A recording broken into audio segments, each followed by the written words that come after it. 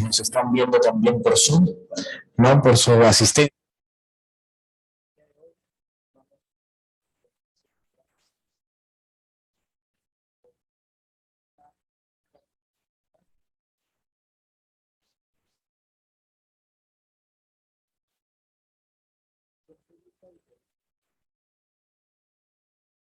Por favor, fuertes palmas para la arquitecta. Vamos a inicio con la capacitación y pues iremos con rondas de preguntas, sí, como hemos venido platicando ya en las anteriores sesiones. Gracias. Sí. ¿Se me escucha? ¿Se me escucha? Sí. Bien, buenas noches con todos. Gracias nuevamente viéndonos. En esta oportunidad vamos a ver un tema más de procedimientos administrativos en el tema de habilitaciones urbanas y licencias de edificación. Hay que tener en claro dos marcos normativos que se aplican, que es el marco, digamos, general. El marco técnico es el Reglamento Nacional de Edificaciones y el marco procedimental es la Ley 29090 y su último reglamento, que es el Decreto Supremo 019 del 2019 de vivienda, ¿sí? Es el último reglamento que prácticamente, normalmente siempre vivienda anda modificando las normativas en temas de procedimientos administrativos, ¿no? Tanto en habilitaciones urbanas como en licencias de edificación, que son dos procedimientos claves, mejor dicho, en el tema de la gestión municipal, porque ambos procedimientos son competencias de las municipalidades distritales, ¿no? De acuerdo a la Ley Orgánica de Municipalidades. Y vamos a comenzar con el tema de habilitación urbana. ¿Qué es una habilitación urbana? ¿Hay alguno que conoce acá en el grupo? ¿Sí? Tía. Una habilitación urbana es el proceso mediante el cual se convierte un terreno vidiazo o rústico en urbano. Así es, así es. Siguiente. Efectivamente, de acuerdo a lo que señala el reglamento de edificaciones, la denominación, o mejor dicho, el procedimiento anterior, con el cual se cambia la condición de un terreno rústico, o eriazo, como lo mencionó el participante, el señor participante, en urbano, ¿no? ¿Y cuál es esa característica de cambiarlo a urbano? ¿Qué se necesita para cambiar urbano? Porque un terreno eriazo es un terreno que tenemos de repente, puede ser en la periferia, cuando nos vamos por la carretera panamericana y vemos que hay un montón de tierra o valles agrícolas, qué sé yo, pero hay una condición, una característica o características o componentes con el cual se le dota, o sea, se le brinda a este terreno para que cambie su condición urbana. ¿Y cuáles son? Bueno, en principio sería lo que está resaltado con negrita, que sería, vamos a dejar que ellos coordinen, que sería, bueno, la infraestructura de las vías, ¿no? El acceso vial a través de las veredas, las pistas y la dotación de servicios básicos, ¿sí? El agua, el desagüe, la energía, ¿no? La iluminación pública, el alumbrado. Existen otros componentes que van a configurar a este espacio o a este predio, ¿no? Que va a pasar por este proceso para convertirlo en urbano, ¿no? Quiere decir que va a ser algo así similar como lo que conocemos comúnmente, las urbanizaciones, ¿sí? Las urbanizaciones se supone que han pasado con ese proceso, ¿no? De cambiar su condición, que en un momento fue rústico o condición, en algunos casos agrícola, ¿no? Anteriormente Lima también tenía sus fondos agrícolas y cambió su condición progresivamente desde el centro hacia las afueras, ¿no? Y actualmente los procesos de habilitación urbana se dan, digamos, en menor medida, en un porcentaje menor. Lo que se quiere es ampliar ese porcentaje y evitar, pues, disminuir la informalidad, pero eso es otro contexto. Bien, siguiente. ¿Cuáles son los procesos que pasa un terreno para poder cambiar su condición de rústico urbano? Anterior. Y es que yo tengo el terreno rústico, eriazo, y debo cumplir una serie de requisitos para poder, digamos, habilitarlo.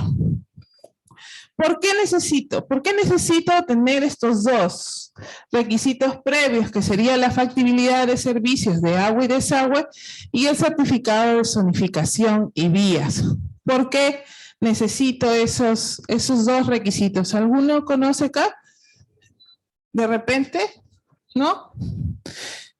Necesito servicios porque ustedes saben que Sedapal tiene un plan nacional en este caso Sedapal, o en las regiones hay una empresa administradora del agua y normalmente hace su proyección, su planificación de cómo va a ampliarse las redes. ¿Sí? Las redes, cuánto va a ampliarse al año, a los 10 años, a los 20 años, etcétera. Entonces, para yo habilitar, necesito que esa empresa municipal de administración de agua me diga que efectivamente por ese terreno va a pasar las redes, de repente, no lo sé, en ese año, a los 5 años, a los 10 años, pero que me diga que realmente va a pasar por allí, que va a ser factible, ¿sí? Ahora, no necesariamente tiene que ser la empresa municipal, de repente hay en algunos lugares donde está la Junta de Regantes que administra el agua. También ellos tienen la facultad de emitir una factibilidad de servicios, ¿no? Porque hay también zonas, por ejemplo, como en Cieneguilla o en Lurín, que hay juntas de regantes que administran el agua y ellos también emiten, ¿no? Inclusive acá nomás en Surco, la urbanización Casuarinas tiene una junta de regantes, ¿no? Esa junta de regantes emite una factibilidad de servicios para poder habilitar, ¿sí? Certificado de zonificación y vía. ¿Qué quiero decir? Que ese predio esté dentro de los planes urbanos. Porque para habilitarlo, si yo voy a hacer vivienda, debo tener una zonificación de vivienda. Si voy a hacer de comercio o de industria, debo tener una zonificación. O sea, que el plan urbano lo reconozca y le dé una calificación, ¿sí? Y luego ya hago todo el proceso técnico, dibujo, hago el proyecto, diseño, etcétera, y me voy a la municipalidad para que me autorice, ¿sí? Para que me emita una licencia, ejecuto, secciono todas las obras que ya he hecho, las veredas, las pistas, el agua, el alumbrado, los parques, todo, y finalmente lo inscribo en registros públicos. Hay mayor detalle, hay inclusive flexibilidad de la norma en donde durante la ejecución o en el proceso de recepción de obras tú puedes inscribir o anotar, preinscribir o anotar, ¿no? Registralmente, ¿no? Inclusive la habilitación urbana. Puedes inscribir el proyecto de habilitación urbana. Puedes inclusive construir las viviendas con la licencia del proyecto de habilitación urbana. Porque hay habilitaciones que tienen inclusive prototipo de vivienda, ¿sí? Por ejemplo, las habilitaciones urbanas especiales de los programas de vivienda que tienen un módulo de vivienda, o las urbanizaciones que tienen también una vivienda tipo, ¿no? También se incluye ahí, ¿sí? Siguiente.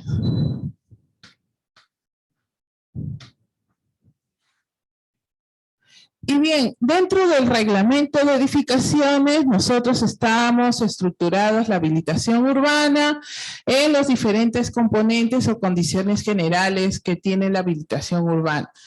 Y hay que anotar acá que hay diferentes tipos de habilitación urbana. Residenciales, comerciales, industriales, hay para usos especiales en riberas, y hay la famosa reurbanización, que todavía no lo hacen porque es un poco difícil el procedimiento, pero está ahí.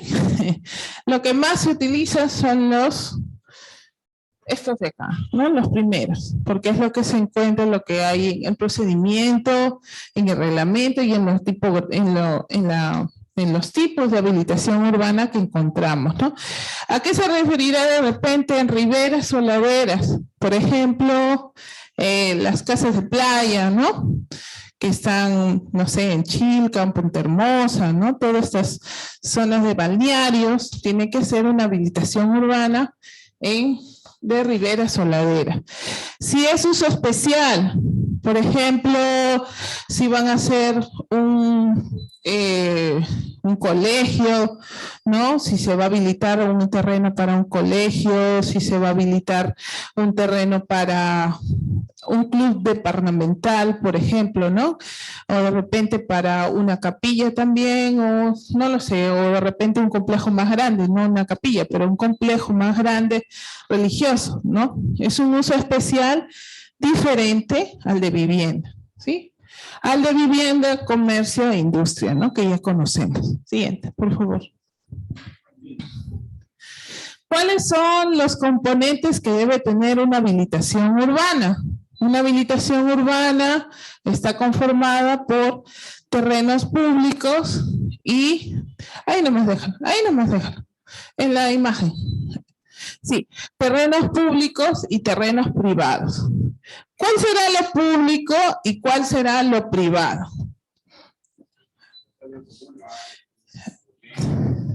Colegios, parques, áreas comunes, áreas libres. Lo público son las vías, por ejemplo.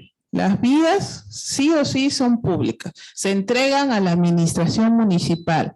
¿Qué quiere decir? Para que ustedes la administren, mantengan, etc. Las vías siempre van a ser públicas, ¿sí? Existe otra figura que es la de propiedad exclusiva y común, es diferente porque ahí es tipo condominio, ¿no?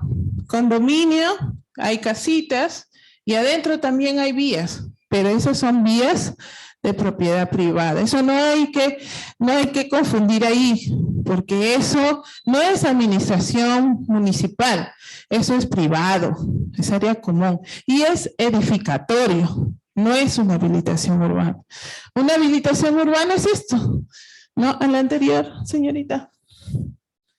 Las vías públicas, los parques, los colegios, ¿no?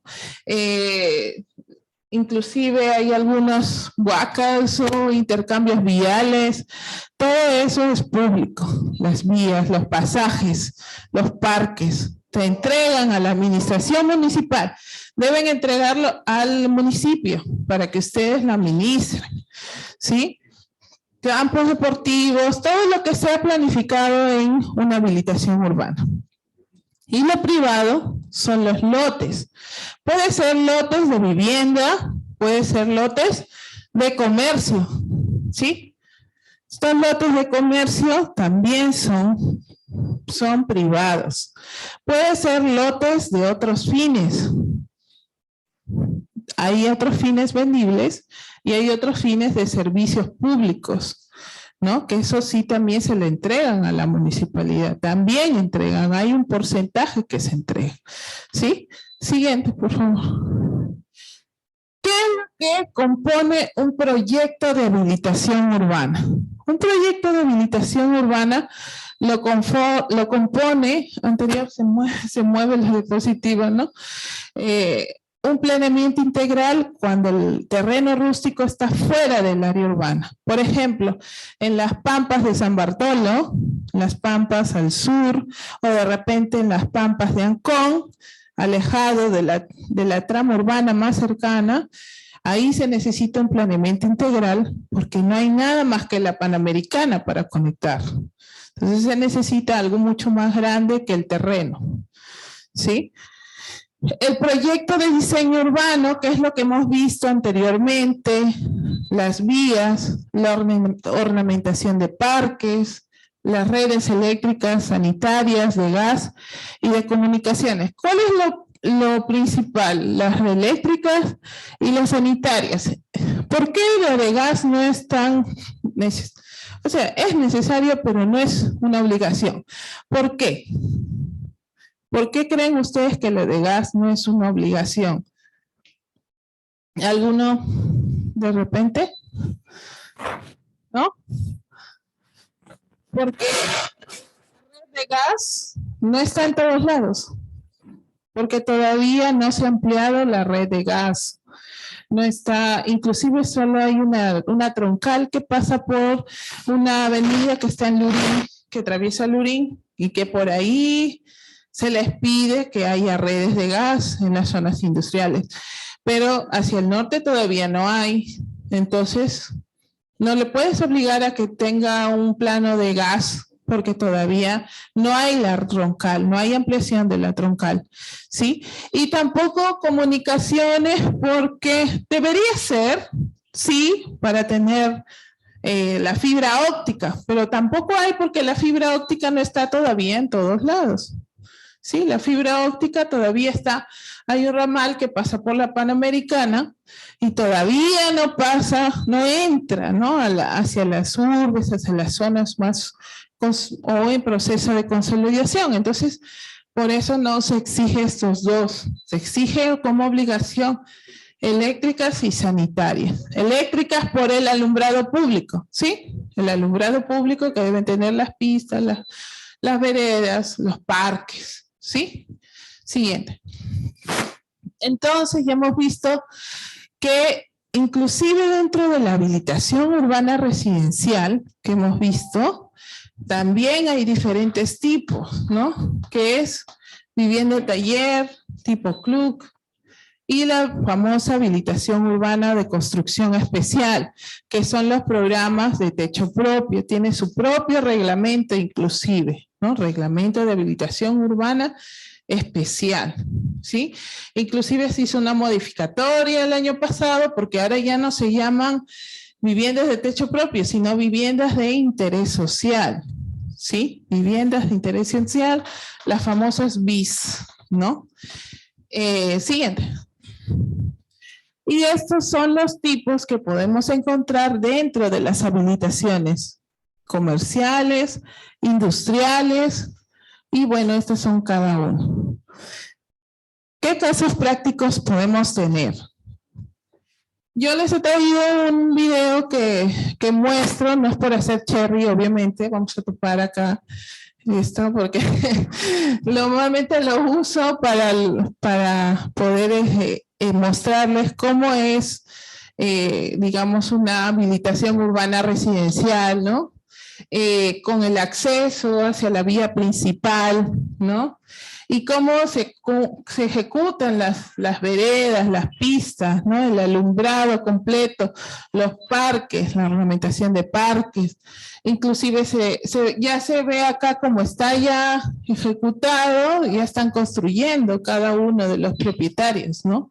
Entonces, son terrenos grandes, si ven ustedes, inclusive colindan con áreas agrícolas, ¿no? Colindan con áreas agrícolas que ya por el proceso de cómo avanza la ciudad, se va expandiendo, va cambiando el uso, van cambiando el uso. Ese es un proceso formal de cómo lotizar, ¿sí? El proceso informal es cuando los mismos parceleros de agrícolas comienzan a dividir su terreno y lo venden indiscriminadamente, ¿no? Esto es un proceso formal en donde se cumplen pues todas las obligaciones que señala el reglamento y la ley de procedimiento, la 29090, ¿sí? Entonces, la siguiente. Y en este caso, por ejemplo, es una habilitación urbana industrial. La diferencia no solamente es por las pistas, si se han dado cuenta, los terrenos son más grandes porque necesitan más espacio, necesitan vender lotes mayores de 1000 metros cuadrados, ¿no? Entonces, imagínense grandes extensiones de terreno en donde tienen que estar conectados con una vía principal. El radio de giro también de las vías que permita para que puedan transitar los trailers, ¿no? Las redes, inclusive tienen algunos parques, les piden un porcentaje también para hacer parques. Les piden un porcentaje para hacer parques y otros fines. O grandes áreas de terreno que compran, ¿no? Inclusive grandes empresas comienzan a comprar estos lotes industriales, pero tienen la misma condición. Cumplen con las veredas, cumplen con las pistas, cumplen con el alumbrado, cumplen con las redes, ¿no? Los lotes son diferentes, pero cumplen, ¿no? Siguiente.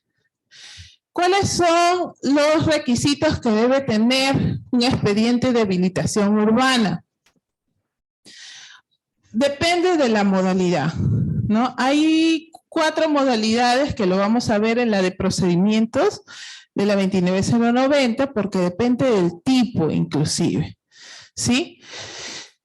Pero aparte de eso, hay documentos previos que se tiene que gestionar. El certificado de zonificación y vías, que ya lo hemos visto, que lo emite la Municipalidad Metropolitana de Lima, ahora lo está emitiendo el Instituto Catastral de Lima, ya no lo está emitiendo la Gerencia de Desarrollo Urbano, sino el ICL.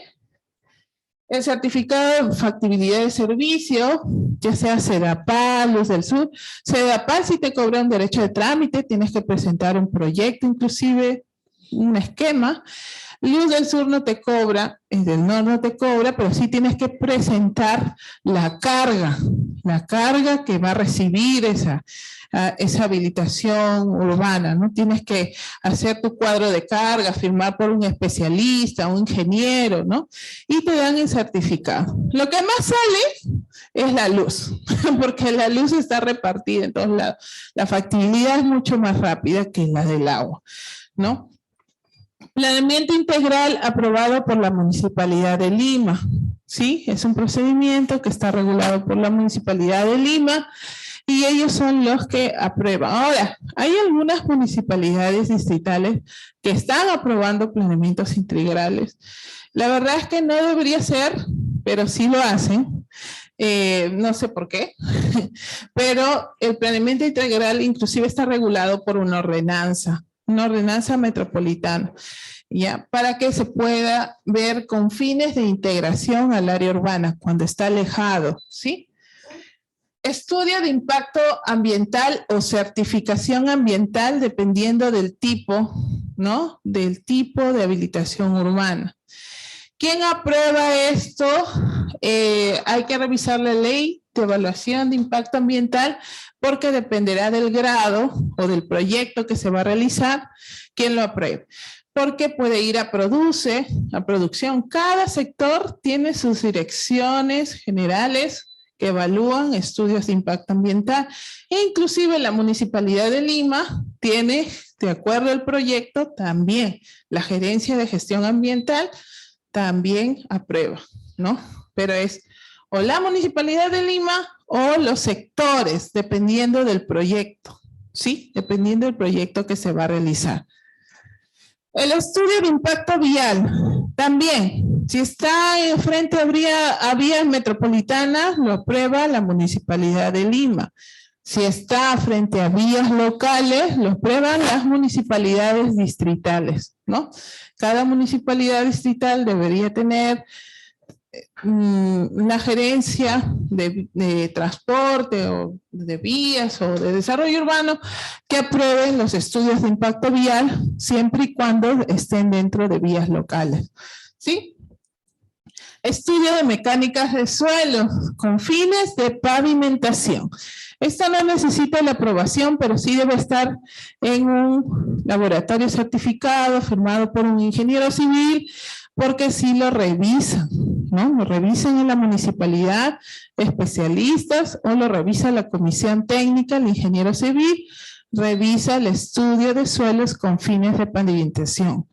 ¿sí? Y de ser el caso, esté superpuesto con zonas arqueológicas, muy cercanas a zonas arqueológicas, pedir al Ministerio de Cultura un certificado de inexistencia de restos arqueológicos, ¿sí? Ahora ese certificado es que van, observan y ven si hay indicios. Si no hay indicios, emitirán un certificado diciendo que no hay indicios. Pero si hay indicios, tienen que hacer otros procedimientos que forman parte de esto, ¿no? Determinar el área, ver el polígono, etcétera. Excluirlo, inclusive excluirlo de la habilitación urbana. De preferencia excluirlo. Si no, ya colocarlo en una sola manzana a la zona arqueológica. ¿Cuáles son los documentos técnicos? El formulario que se llama FUJU, Formulario Único de Habilitación Urbana, o FU. El derecho de trámite, que esto está, inclusive se va actualizando en el TUPA de la Municipalidad Distrital, actualizan de acuerdo a la UIT, ¿sí? Las declaraciones juradas, los planos técnicos y las memorias descriptivas. Eso es lo que, ¿quién lo firma? Un ingeniero civil o un arquitecto, ¿sí? Un arquitecto firma las habilitaciones urbanas. Siguiente. Pasamos a lo que es una edificación. ¿Qué será una edificación? Siguiente.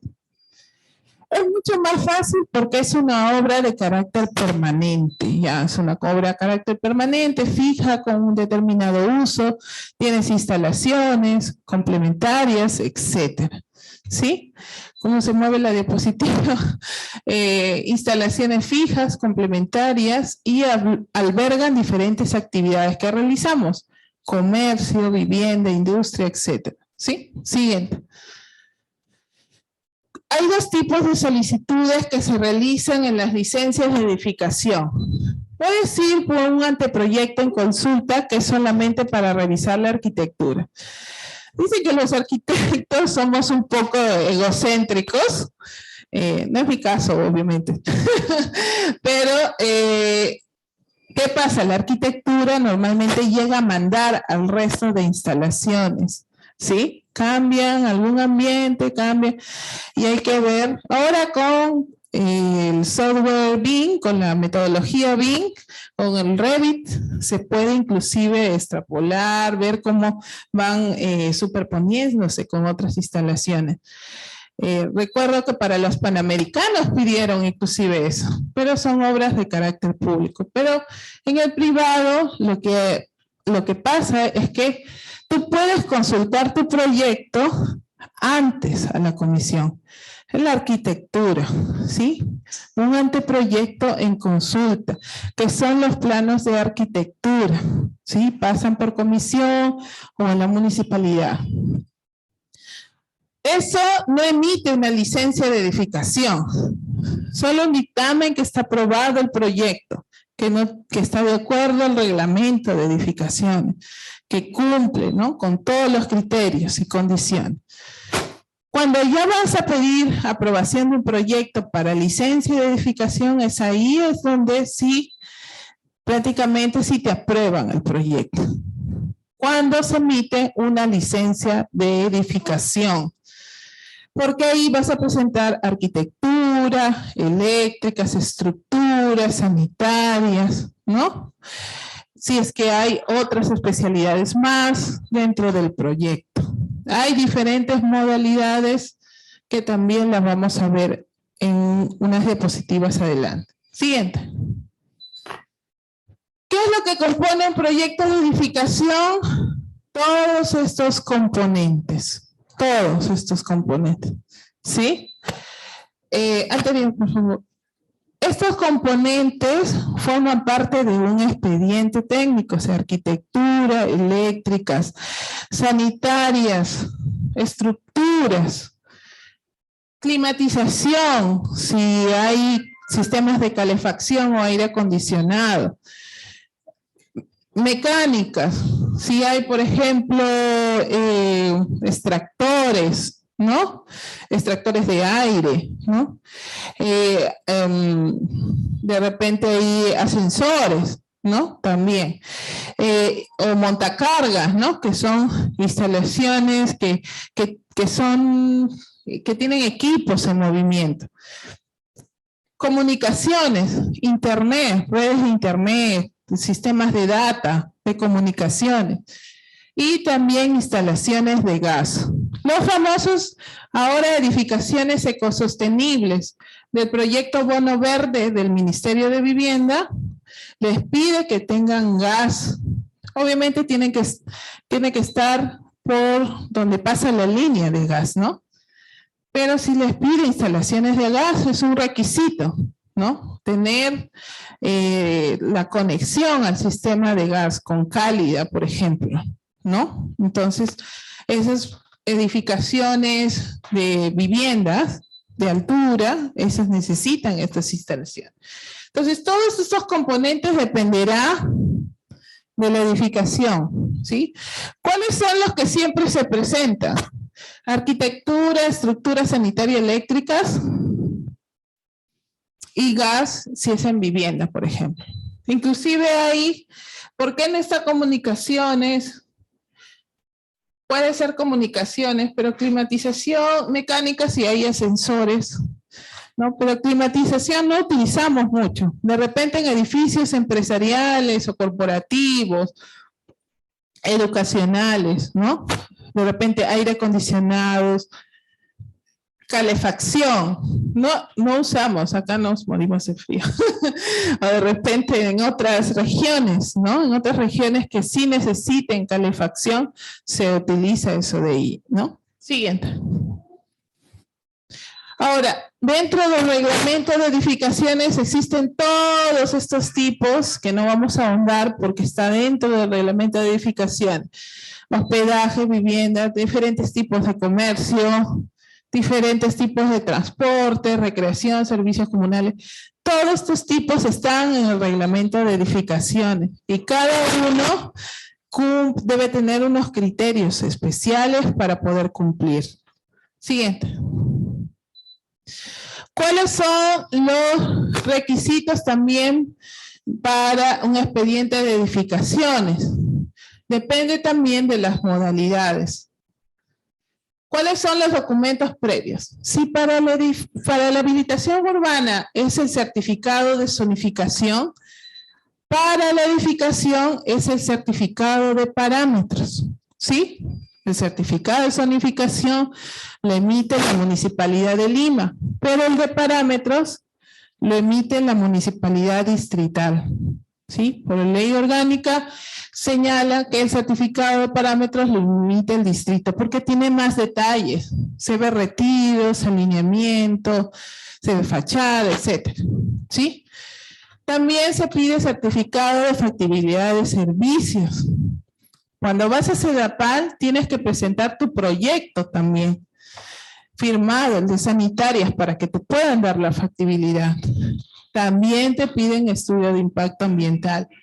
También te piden estudio de impacto vial para ver los flujos. Por ejemplo, si estamos con un centro comercial, ¿sí? Un centro comercial y necesito ver cómo va a funcionar, porque si es un centro comercial va a haber mucha afluencia de vehículos. Entonces, ¿cómo ingresan y salen? Si se han dado cuenta, si van a un centro comercial, hay mucha carga en el ingreso o en la salida en ciertas horas, ¿no? Y eso carga alrededor en las vías y se genera congestionamiento. Entonces, para eso se necesita un estudio de impacto vial para disminuir con medidas de mitigación estos impactos, ¿no? Que están alrededor, producto del funcionamiento de la actividad. Centros comerciales, universidades inclusive, también, ¿no? Estudio de mecánicas de suelo, pero esto ya es con fines de cimentación, no es con fines de pavimentación. En la habilitación urbana lo necesitamos para las veredas, para las pistas. En edificación lo necesitamos para la edificación, para construir. ¿Por qué? Porque nosotros estamos en una una zonificación sísmica y necesitamos ver la modelación de cómo va a resistir las estructuras, ¿no? A un sismo de 8.5, por ejemplo, ¿no? Diseño sismo resistente es prácticamente la estructura, ¿no? Nosotros tenemos una de los, digamos, sistemas estructurales que está basado en la capacidad de que las edificaciones resistan movimientos sísmicos superiores a 8.5. Por eso se le llama diseño sismo resistente, ¿sí?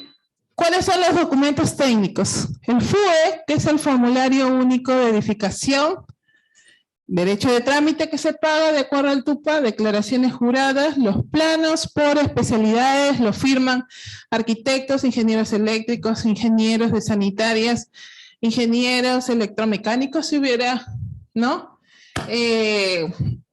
Memoria descriptiva por especialidades. Sí, es un expediente grande, ¿no? Que lo firman varios ingenieros por especialidad, ¿sí? Siguiente. ¿Cuál es el procedimiento para aprobar una habilitación urbana o edificación? Siguiente. ¿Sí? Seleccionas el terreno, elaboras el proyecto de habilitación urbana o de edificación. Anterior, por favor. Te aprueba la municipalidad la licencia, tanto para la habilitación urbana como para la edificación. Construyes. Para la habilitación urbana se llama recepción de obras de habilitación urbana, recepciones que han cumplido con hacer la pista, la vereda, etcétera. Para edificación se llama conformidad de obras, que lo que aprobaron en el proyecto se haya ejecutado verdaderamente, o sea, que no haya cambiado, ¿no? Que si dicen que es un departamento de 3 departamentos, realmente sea un departamento de 3 y no de 2, ¿no? Porque cuando pasa la construcción cambian a veces y hay restricciones para eso, ¿sí? Conformidad de obras en edificación. Y luego de eso inscribes registralmente e independizas. Si es edificación, se le llama declaratoria de fábrica, ¿sí? E independización de los departamentos, independización de las unidades inmobiliarias. Si es habilitación urbana, se inscribe la recepción y también se independiza, pero los lotes se van a independizar, ¿sí? En el otro se independizan departamentos o unidades inmobiliarias. Siguiente. La ley 29.090 establece el procedimiento, responsabilidades de los diferentes actores de la municipalidad e inclusive, ¿no?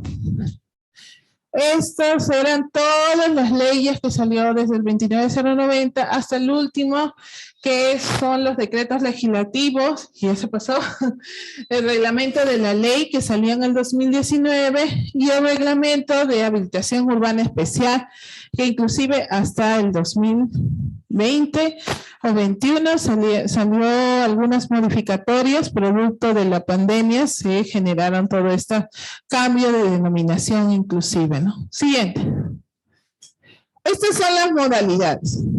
Estas modalidades, modalidad A, automática, B, con firma de profesionales que trabajan en la municipalidad, la C y la D, revisores urbanos y comisión técnica, y comisión técnica.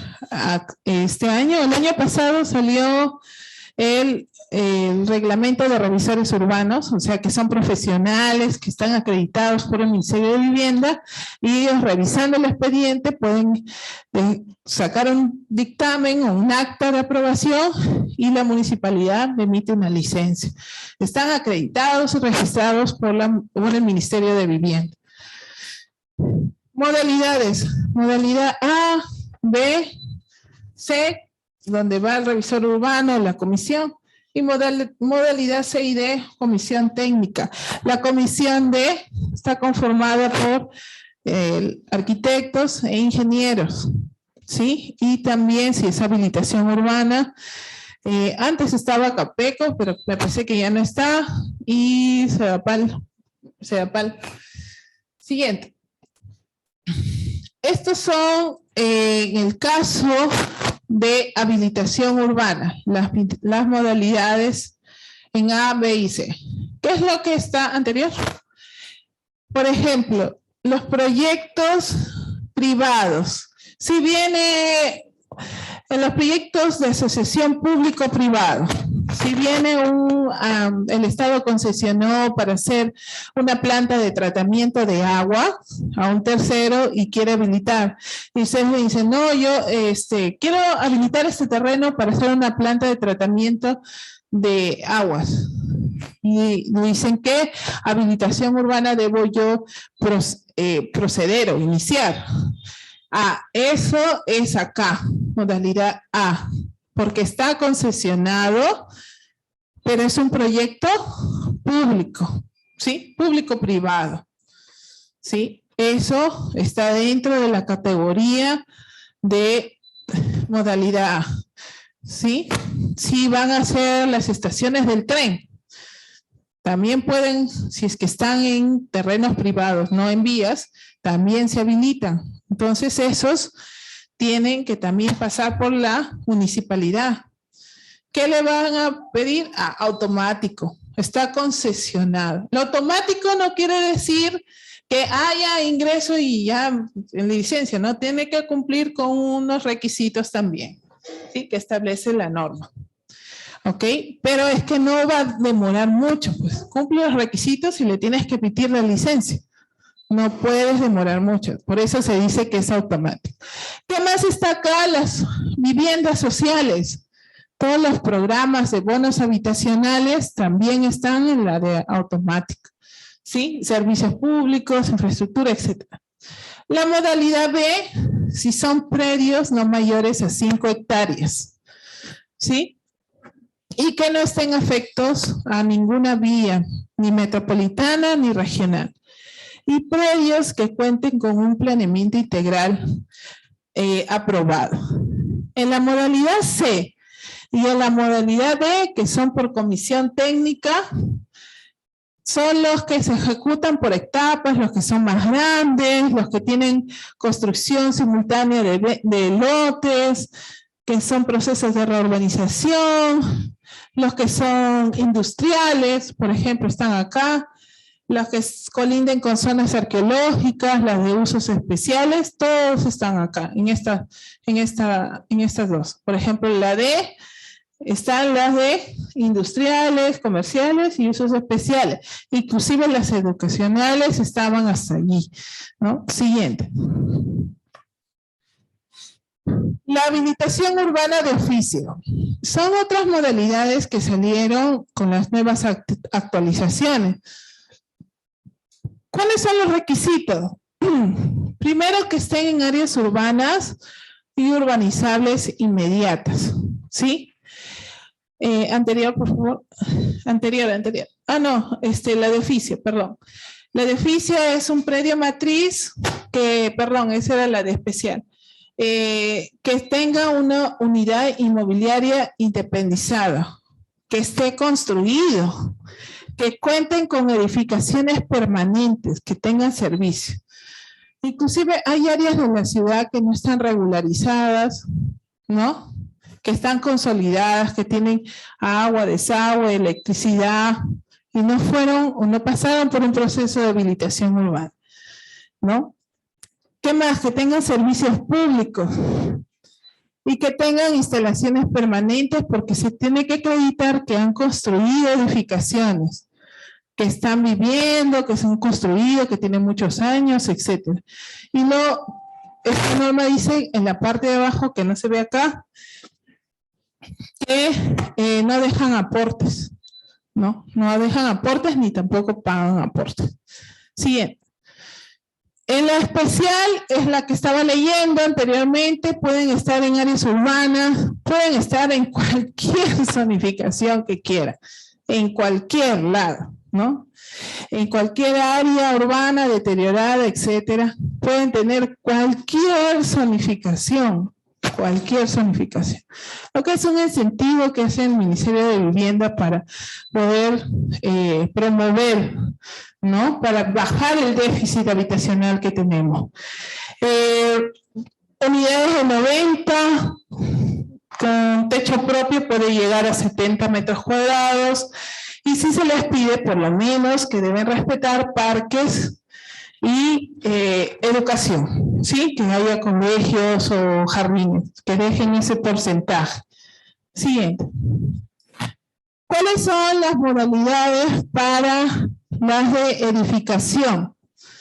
Para las de edificación, bueno, son un montón. Para la modalidad A están todo lo que es remodelación, menores, obras menores, pequeñas, ¿sí? Cercos que no superen de propiedad, que no sean de propiedad exclusiva, mayores a 20 metros lineales, demoliciones, pero hasta 3 pisos nada más, ¿no? La demolición hasta 3 pisos. Obras de carácter militar, proyectos de inversión pública, programas de vivienda. Acá han puesto recién lo de universidades, que no estaba ahí. Ahora, las universidades nacionales, si quieren ampliar alguna edificación, ya no es necesario que pasen por otras modalidades, sino automático. Presentan el proyecto y les tienes que emitir, ¿no? La licencia. De salud, también educación estatal. Acá no están incluidas de patrimonio ni con semisótano, en la modalidad A.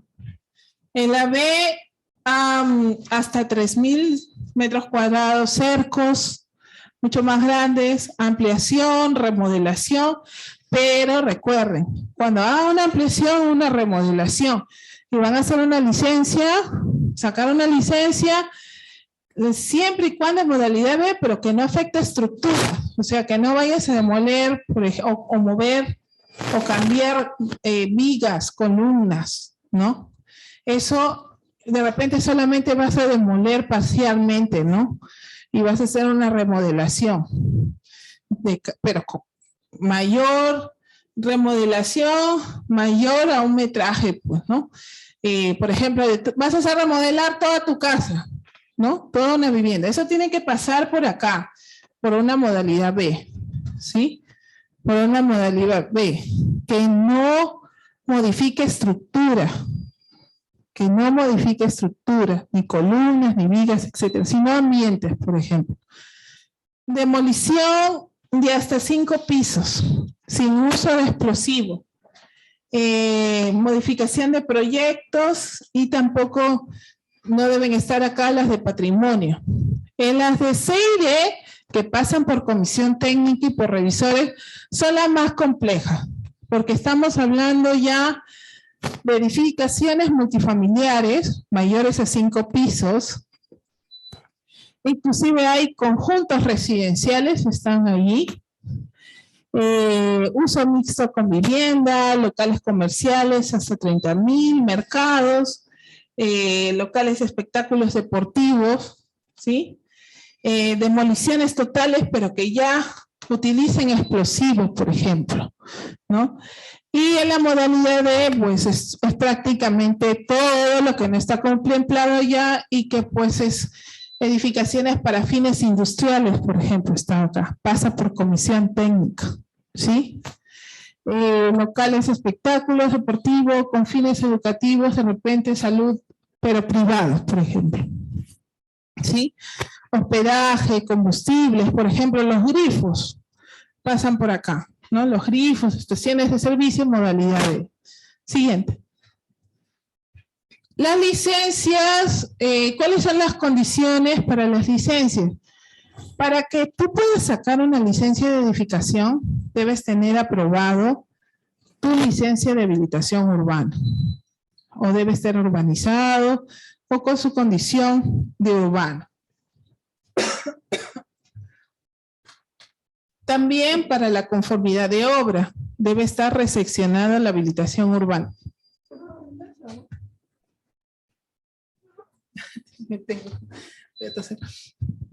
Y luego, por ejemplo, las licencias y revalidaciones deben estar inscritas en registros públicos y las licencias recaen sobre uno o más predios, que estén acumulados siempre, ¿ya?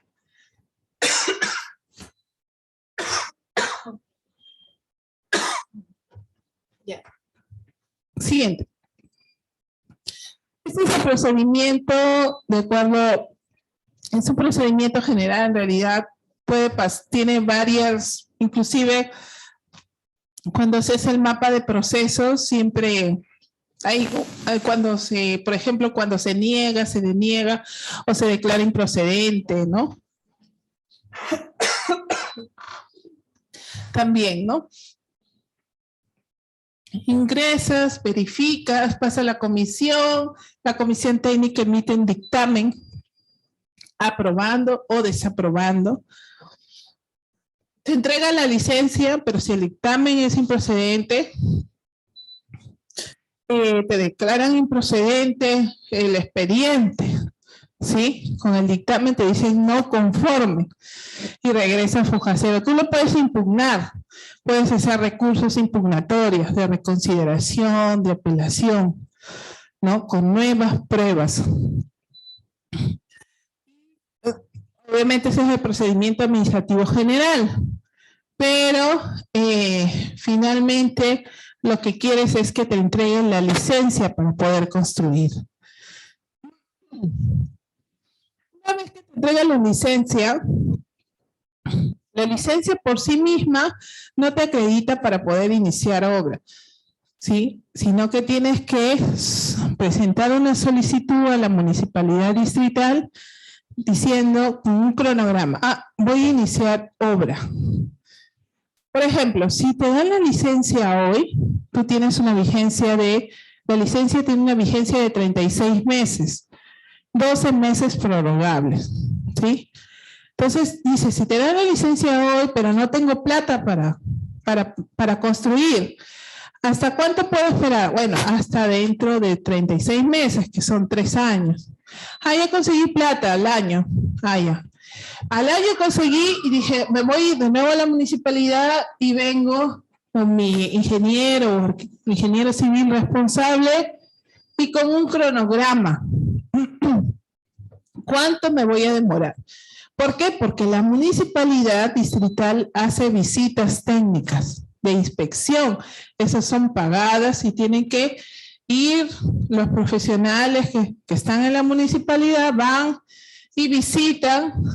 Hay verificaciones técnicas de cómo va el avance de obra. Inclusive se puede anotar en el acta del cuaderno de obra, ¿no? De la edificación, que está viniendo el verificador y se le notifica las observaciones que encuentra en el lugar. Por eso, una vez que te aprueban este cronograma y presentas la póliza CAR de seguro contra todo riesgo, te puedes iniciar obra. No es que te entregan la licencia y ya inicias obra, sino que tienes que decirle a la municipalidad cuánto te vas a demorar. Tienes que acordar con la municipalidad distrital cuáles son los días que vas a ir a verificar y ahí recién te dan cuando te entregan el cronograma avisado, ¿no? Por el subgerente de obras privadas, te entregan el cronograma y te dicen ya, inicia obra. Recién hay. ¿Sí? Siguiente. Inicio de obra está sujeto a la comunicación, a la designación del responsable de obra, a la suscripción del cronograma de obra. Anterior, por favor. A la póliza CAR, seguro contra todo riesgo, y al pago de las verificaciones técnicas. La licencia en sí misma no genera el inicio de obras, sino tienes que solicitar esto para poder iniciar obras. Siguiente. Y aquí, me parece que este es ya lo último, este es un ranking con la cual, digamos, este es el promedio de días que se demora las municipalidades distritales en emitir una licencia de edificación. 45 días. Por más de que el plazo te diga menos, Las municipalidades siempre se demoran más, o la comisión técnica se demora entre que va, subsana, regresa, te dan el plazo, regresa nuevamente, tienes hasta 3 veces para subsanar el pago, y si no, puedes seguir volviendo a pagar a la comisión técnica, y hasta que hasta la 4ª vez o 5ª vez me parece que puedes pagar al colegio para que te lo vuelvan a revisar, y si ya no subsanas ya te lo declaran improcedente. Pero ¿cuánto tiempo? Un estimado, este es un ranking que se hizo en el 2020, el Consejo Nacional de Competitividad. Estos son los procedimientos, trámites que tienen las municipalidades a cargo, en algunos casos, o instituciones, y dentro de los cuales de todos estos procedimientos por los que pasan los privados para sacar sus licencias y ejecutar sus obras, el que tiene mayor tiempo es el de la municipalidad, de la emisión de la licencia de construcción o edificación. ¿Qué hacemos para reducir los tiempos? Procesos más ágiles, menos burocráticos. No se puede disminuir los requisitos porque está en el marco regulatorio, pero de repente los procesos internos de la misma municipalidad, que pasa un informe, el informe tal, que la comisión, que la mandes a llamar, todo ese proceso interno debe ser más ágil, ¿no? Eso dependerá de los responsables de las gerencias, ¿no? Las gerencias de desarrollo urbano o de obras privadas, ¿no? Que vayan a colocar como responsables para poder agilizar este proceso. ¿Dónde se van a quejar más? En el procedimiento de licencia. Es ahí. Inclusive certificados de parámetros, 5 días se demoran. 5 días, 3 días se demoran. Inclusive en algunos casos, en otros se demora la vida y no sé por qué, algunos tienen problemas, no deberían. Inclusive cuando estaba en la universidad, a los chicos de prácticas, les digo, hagan un primer trámite. A los futuros arquitectos, vayan a la municipalidad. Inclusive el certificado de parámetros no te deberían pedir plano de ubicación ya. Es una declaración jurada. Solamente presentas la dirección del predio. Y un croquis. Así como dibujamos nuestros croquis en un papelito. Ese croquis, eso tiene, la municipalidad tiene que recibirte ese plano y esa dirección y emitirte certificado. No puede pedirte otras cosas más. El pago inclusive está más cómodo, creo que está a 35 soles, 25 soles, lo han bajado tanto que ahorita está a 35, ya no está como antes que estaba a 100 y tanto, ¿no?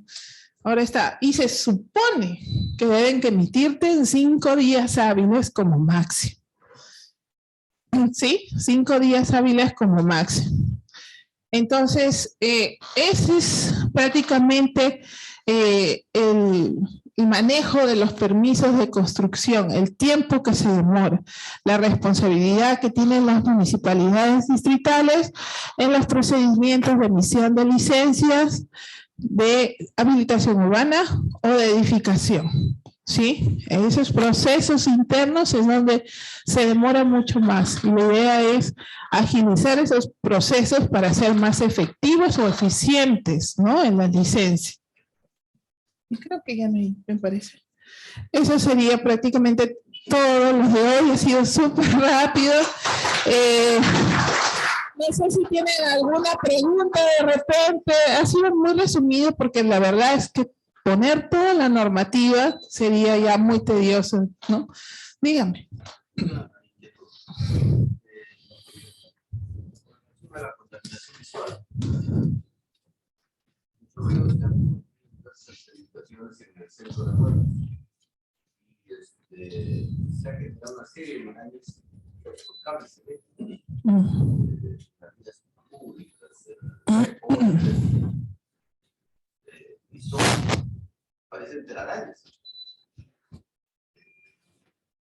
Se habla de una serie de estudios de factibilidad, una serie de estudios eléctricos, agua, ¿qué pasó? Pues ingenieros, la municipalidad? ¿Dónde está el defecto? Bueno, el defecto está en el sistema, ¿no? En el sistema eléctrico nacional, desde el Código Eléctrico Nacional que fue actualizado en el 2003, me parece, fue el Código Nacional de Electricidad. Anteriormente se pedía que las instalaciones eléctricas estén este cableado que todos conocemos. Yo sé un poquito porque he revisado, ¿no? Porque soy especialista, ¿no? Pero nosotros tenemos, pues, de la central hidroeléctrica pasa a un cableado de alta tensión, media tensión y baja tensión. Es un cableado aéreo que viene desde la hidroeléctrica, porque obviamente tiene una potencia para poder recibir toda la carga que nosotros demandamos. Entonces, al llegar a la ciudad tiene que bajar su potencia de electricidad. Y la única manera que conocíamos antes de esa actualización del código era a través de estas redes que se ven como estas, como dice usted, esas marañas, esas redes que están suspendidas, ¿no? Pero actualmente el Código Nacional dice que las nuevas edificaciones deben estar subterráneas. ¿Quién es responsable de eso? Bueno, son las entidades prestadoras del servicio, ¿no? Las entidades prestadoras del servicio son las que deben programar, facilitar y ejecutar estas obras subterráneas. Inclusive te dan los, digamos, a cuánto, sí, metros por debajo deben estar las redes, ¿no? No es algo, no es responsabilidad del propietario, en parte se podría decir. ¿Por qué? Porque en su momento las entidades autorizaron que sea así, porque así antes se conocía este sistema, ¿no? Y llegar a estas conexiones de manera aérea, ¿no? Pero actualmente ya con el nuevo código todo se trabaja subterráneamente, ¿no? Se les llama las acometidas eléctricas, que son las que conectan de las troncales subterráneas, ¿no? Y ya no se ve superficialmente, sino está por debajo hacia los medidores, ¿no? ¿En qué momento solicitas eso? Eso lo solicita el propietario, sí, la conexión de la red interna de la edificación con la red pública a través de la acometida. Entonces, eso sí lo paga inclusive a la entidad prestadora, sí lo paga para cambiar eso que tenía. Pero no es que, para mí lo único responsable debería ser la entidad prestadora, ir cambiando todas estas redes que se ven, inclusive el nuevo alumbrado público ya no debería estar con estos cables, ¿no? Sino subterráneamente, ¿no? Para ser más eficientes. No conozco si hay un plan, pero me imagino que sí, debe tener un plan las entidades prestadoras para cambiar estos sistemas. No sé si lo hacen paulatinamente, por sector o individual, eso sí no sabría decirle, pero sé que con el nuevo código es una obligación que ya las conexiones públicas domiciliarias sean subterráneas, ¿no? Así es. ¿Alguna otra pregunta? Sí. Dígame. Una preguntita. Para este tipo de trámites de licitaciones urbanas, ¿es aplicable el silencio administrativo? Sí, es aplicable el silencio administrativo positivo. Sí es aplicable. Está basado en la Ley de Procedimiento Administrativo General y la de silencio positivo, que también es una ley, no recuerdo exactamente, pero sí le es aplicable, ¿no? Cuando supera el plazo establecido, ¿no? Inclusive viene con la solicitud, aplíquese el silencio positivo administrativo y emítase la licencia correspondiente. Sí, lo puede solicitar el propietario y le es aplicable. Claro que sí, en el TUPAD aparece inclusive, en el texto único de procedimientos administrativos. Sí. La habilitación urbana está en terrenos de la campesina, por eso del Urigancho, casi la mayor cantidad de terrenos de jurisdicción con terrenos de la comunidad campesina sintética marcas. ¿Se pueden dar las habilitaciones urbanas? Porque no hay intervención. La comunidad campesina siempre y cuando esté inscrito registralmente, ¿no? Si, por ejemplo, tiene una partida registrada en nombre de la comunidad campesina, sí, claro, sí puede solicitarse un procedimiento de habilitación urbana, debería más bien, ¿no? Y no lotizarse de manera, o partirse, mejor dicho, de manera práctica, debería pasar por la municipalidad. Pero muchas veces las comunidades campesinas, no todas tienen inscritas registrales, sino tienen documentos, inclusive muy antiguos, que no están inscritos y están superpuestos inclusive con otros propietarios que se les vendieron, se partieron, etcétera, ¿no? Entonces, lo que procede para ambos casos, tanto para habilitación o edificación, es la seguridad jurídica a través de la partida registral. Cualquier cosa que se inicie tiene que estar inscrita en registros públicos, ¿no? Ya sea si pasó por una habilitación urbana para hacer una edificación o si pasó por un proceso de formalización predial a través de COFOPRI, por ejemplo, ¿no? Que en el 90 prácticamente formalizaron todo y todos tienen títulos de propiedad. Ya, esos títulos también son válidos para poder sacar una licencia de edificación. No sé si van a promover más en vivienda, dijeron que iban a retomar el tema de formalización predial, pero con el tema de las zonas de riesgo es un poco difícil hacer eso porque ocupar zonas de riesgo es delito y es difícil formalizar en esas zonas, ¿no? Sí, Anima. Buenas noches. Hay pueblos que se formalizaron y obtuvieron su habilitación urbana dentro de las zonas rurales o zona de recreación pública de Lima Metropolitana. Pero en el año 2007, progresivamente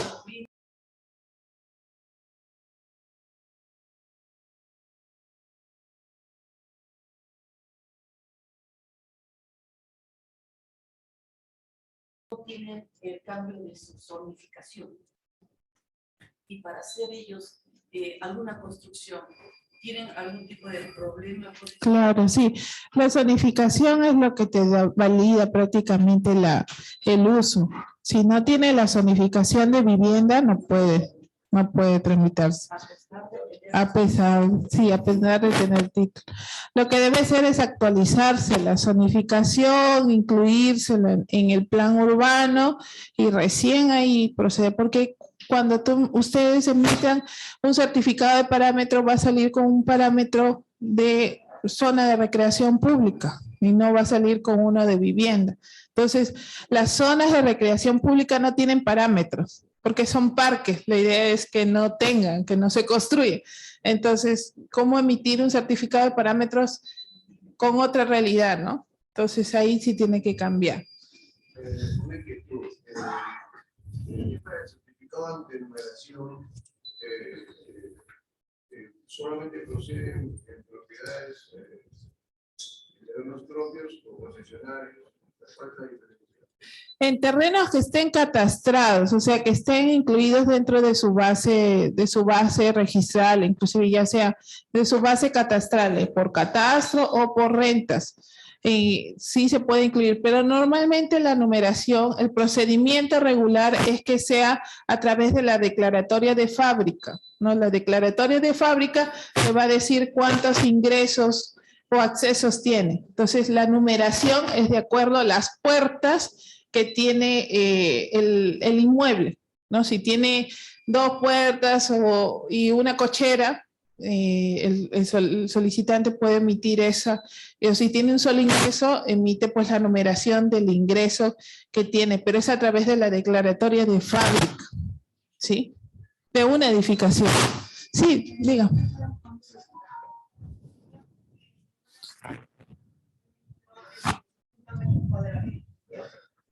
Y los ayuntamientos lo es una espacio que ya son, digamos que ya no son 200, puede ser 250, hasta 220.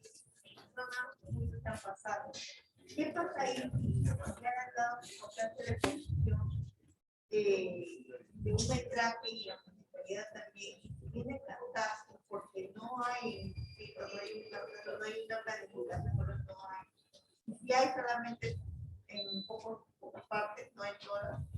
¿Qué pasaría ahí en ese caso si ya han construido 3, 4 pisos? Todo su lote, ¿qué pasaría ahí?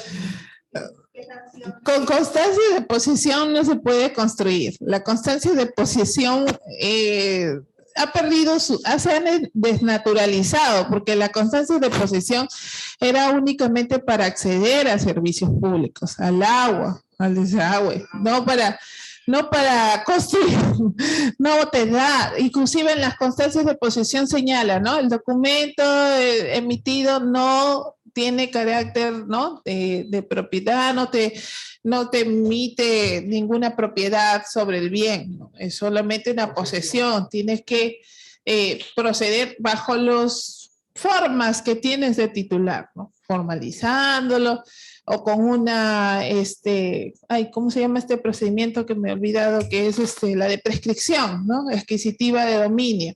Esa también puedes proceder. ¿Qué haces? No puedes hacer nada más que notificarles y decirles que regularice primero su inscripción registral, su posesión, y luego ver los demás procedimientos. A veces la realidad nos supera los procedimientos, ¿no? A veces sí es imposible. Pero a nivel de catastro, sí debe identificarse. La identificación hace, la actualización catastral hace que no solamente veas en renta, sino que veas servicios públicos, sino que veas ornatos, sino que veas un montón de variables. Es como si hicieras una radiografía a todo el distrito y veas qué construcciones. Es tedioso, es un poco, entre comillas, tienes gasto. Inclusive cuando fui gerente de catastro, con, no sé, 150,000 soles se hizo el 15% de la actualización catastral, ¿no? de Pueblo Libre. Entonces, sí se puede hacer, solo que a veces, como los resultados no son mayor ingreso económico, etcétera, a veces no le dan mucha prioridad, pero debería ser actualizarse paulatinamente, aunque sea con los recursos que tenga, porque finalmente eso va a servir saber realmente cuántas viviendas hay, porque a veces no saben, y los mismos municipios distritales no saben cuántas viviendas hay. El peruano hace con lo que tiene su platita junta y va construyendo un cuarto, de ahí, 3 cuartos, de ahí y otro piso, y así va construyendo. Y cada una de estas son unidades que tiene que declarar y pagar a la municipalidad, ¿no? Entonces sí es importante tener, inclusive hacer catastro, el hecho que de repente no haya declarado la edificación en registro público, eso no es obligación en la municipalidad sí se hayas construido y luego necesites una multa o lo que fuera, tienes que declarar en la municipalidad, tienes que regularizar en la municipalidad lo que has construido.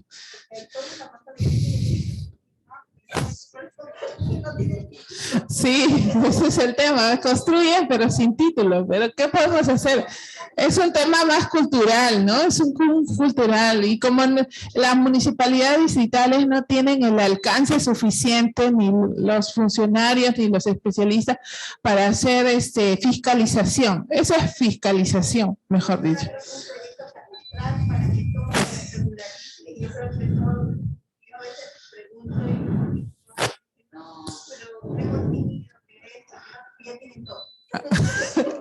Sí, pues eso supera, ¿no? Sí, muy bien. ¿Alguna otra pregunta? Sí. Estamos en el siglo XXI y hay muchos distritos que tienen pendientes de habitaciones urbanas, no decenas, sino cientos de habitaciones. En el sentido que esto va a estar, pues, durmiendo estos expedientes, paralizan el desarrollo local. Lo que no entiende de repente los alcaldes, que el dinamismo lo van a dar a través de las habitaciones urbanas, porque la gente va a invertir, va a construir, tiene pues la seguridad jurídica sobre su inmueble. La pregunta es, ¿qué podrían hacer o qué podría hacerse para avanzar, digamos, a las necesidades que te plantean las circunstancias para lograr el desarrollo? De repente convenios con el Ministerio de Construcción o FOPE, porque desespera ver 300 habitaciones humanas de trámite y que aprueben anualmente 8, 7 habitaciones humanas, por distintas situaciones, ¿no? Por intereses o porque no lo llevan a los vecinos, pero ¿de qué manera esto se puede hacer? Es un poco difícil porque cada caso es independiente, ¿no? Inclusive hay habilitaciones urbanas que se han comido sus aportes, o sea, lo que debió ser parque comenzaron a vender los parques o los aportes, también comenzaron a vender las juntas mismas, entre ellas se comienzan a vender los lotes, inclusive se pelean, eso es un poco difícil. Pero en el tema procedimental, agilizar los procesos internos es responsabilidad de la municipalidad distrital. Eso sí o sí sería un plus de la misma municipalidad, mapear sus procesos y ver dónde están las fallas internas. A veces es el recurso, a veces es el sistema, a veces el recurso humano hablo, ¿no? A veces el sistema administrativo, el sistema tecnológico, inclusive tener sistematizado todo hace que todos los procesos sean más rápidos, ¿no? Saber que un expediente ingresa y que salga en menos de 45 días, que es el promedio, sería lo ideal. Ahora, ¿cómo hacemos con el resto? Bueno, la verdad es que es un poco difícil. Lo que no he visto hace mucho tiempo es que las municipalidades hagan habilitación urbana en los predios disponibles. Y no hacen porque son predios privados, ¿no? Entonces los privados son los que hacen la habilitación urbana. Entonces a veces ellos llegan con el proyecto y tú tratas de que se integren todos, ¿no? A la trama urbana. Mi recomendación es de que cuál fuera los casos, Vivienda sí hace un registro de las fallas de los procesos, inclusive en la normativa técnica, no solamente en la procedimental, sino en la técnica y ver los casos.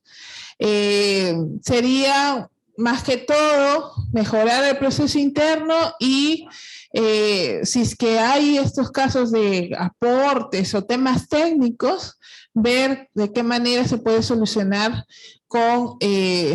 inclusive con otros procedimientos que podría pues formularse en convenio con el Ministerio de Vivienda, de repente hacer permutas de aportes hacia otros aportes, ¿no? De repente, ¿no? Pero cada caso es individual, es un poco difícil darle una recomendación en específico, ¿no? De que esto va a disminuir. Si hay habilitaciones urbanas, y que están pendientes, a veces no es por la misma habilitación, es por los planes urbanos. Eso supera, mejor dicho, el procedimiento, ¿no? De repente está fallando el plan urbano, y el plan urbano hay que revisarse con la Municipalidad de Lima. Zonificación o vías, es lo que a veces, no es que falle, sino que no está actualizado y hay que revisarlo con la municipalidad, entonces supera el procedimiento y se estanca ahí, ¿no? Entonces eso o vas a la Municipalidad de Lima o vas al Ministerio de Vivienda, ¿no? Lo más cercano es la Municipalidad de Lima para ver la actualización de la zonificación y las vías, y si es al Ministerio de Vivienda, algún procedimiento para cortar el plazo. No para disminuir requisitos, porque la idea no es quitar ni parques, ni aportes, ni nada, ¿no? Sino para cortar plazos, ¿no? Así es. Bien, muchas gracias por su atención, creo que ha sido todo, cualquier cosa, inclusive muchas gracias por la invitación.